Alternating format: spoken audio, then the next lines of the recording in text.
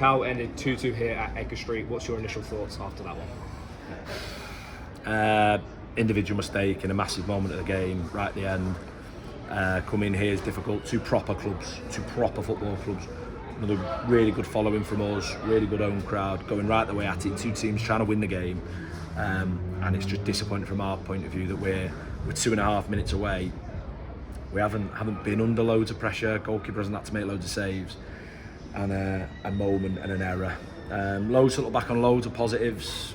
Big question marks. The referee apologised to a few of our lads apparently for giving the corner for the first goal. Great. Fed up of hearing it now. But the same at Chorley the other week, where at least get told today on a Saturday rather than on the Monday with a phone call saying, "Oh, sorry, we got that one wrong." And whether don't like calling for bookings, but should they have 11 on the pitch? I thought the withdrawal of their player on a yellow card 10 seconds after he'd made not like a bad tackle, but probably a second bookable, and then we're playing the game an hour against 10 men. Easy to whinge when you don't win the game. We made a mistake right at the end that's probably cost us 2 points. Despite the manner of the result at the end, how pleased were you with the performance from the boys?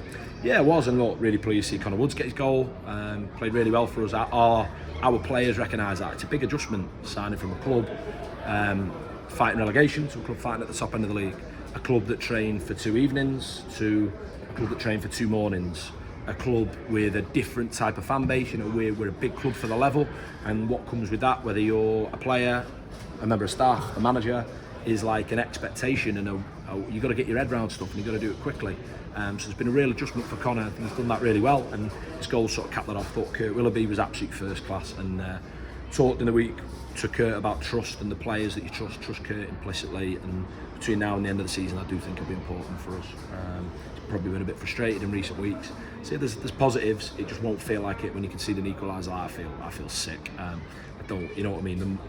I say the moment you don't care about pack it in, you wish you didn't care in moments like this, because it just, you feel for the players, the supporters, and then your whole group. So frustrated, but yeah, loads of positives. These have done really well against the sides at the top end of the division, right in amongst the playoff mix, and gets us a step closer to first securing the playoffs and then jostling for a little bit of a position. With only 4 games remaining of the National League North season, what's kind of your message to the players to make sure this result, the manner of it, doesn't affect them going into the running? Well, I do a lot of my talking, and I understand I can talk with the players, whether it's in the dressing room, whether it's during the week, and I won't always really respectfully play that out here. I don't think that's healthy. I just feel like this time of year, and at our club there's a lot of media commitments, whether it's speaking to you after the game and stuff, whether it's the stuff in the build, more than at most clubs, and maybe therefore you're under a little bit more scrutiny for what you say. Maybe it matters what you say a little bit more. I'm under the impression it's a results-based business, and we've got 75 points after 42 games, and we've got 4 games to go. It'll feel frustrating from where we were at however many games ago, 3 games when we got to Scunthorpe, and it feels like a lifetime ago. The reality is we're not winning 3, we've had 2 draws against playoff sides and lost to the side right at the top of the pile.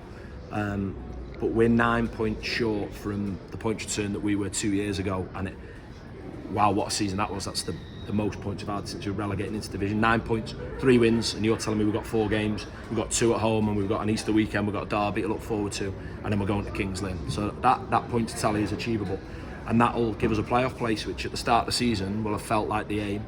We need to secure that playoff place, then we need to jostle up position, and then, do you know what, we need to get ready for an home game, I hope. We need to finish 4th or 5th, or do we need to get ready to come somewhere like this on the road? We need to be ready to battle our way to promotion, and not, for me, not look at anything that's gone before, go, I think we've had a good season, I think there's loads to dissect, loads to improve, but we've given ourselves an unbelievable chance. Let's go for it. It's my message to the players. We're setting a team up to go and win and get as many points as we can, but I think the attentions need to turn quickly on to next Saturday, because that's going to be the game that, for me, this was always going to be a really tough run of fixtures that we've come out with probably less points than I would have wanted. But like I say, there's some stuff that I can't control what other people do that affect the result, and I'm being careful with my words. We move on, 3 points. We're on 78 points come 5 o'clock Saturday, and we're going on Good Friday at Southport with 1 million seals in attendance to try and get through the 80-point mark. I think everyone would have took that when we were standing the Isle of Man. Thank you.